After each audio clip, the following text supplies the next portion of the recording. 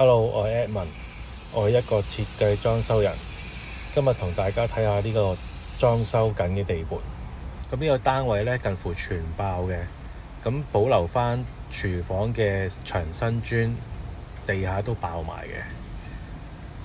咁入到去呢個位置呢，就係廁所啦。咁廁所就準備鋪磚噶啦。你見到有個水平儀喺度度緊，即係攞緊個水平位噶啦。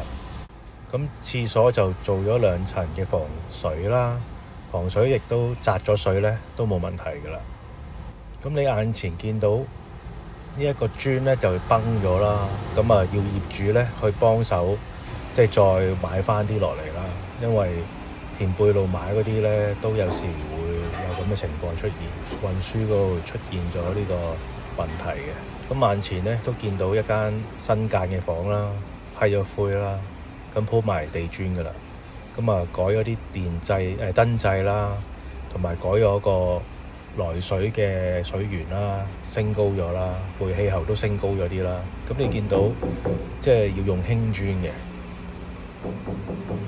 嘅，敲落去哐哐聲嘅。好啦，咁咧我哋嘅油漆咧就用立邦灰啦去批灰。咁你見到都鋪咗木紋磚嘅。咁木紋磚鋪完咧就要保護地下啦，攞啲白色嘅慳紙。咁見到個天花咧就走咗水喉啦，咁啊做明喉啦。咁上邊就會鋪翻假天花，咁盡量都做明喉。同埋你見到我哋嘅批灰咧都會落角嘅嗰啲邊位。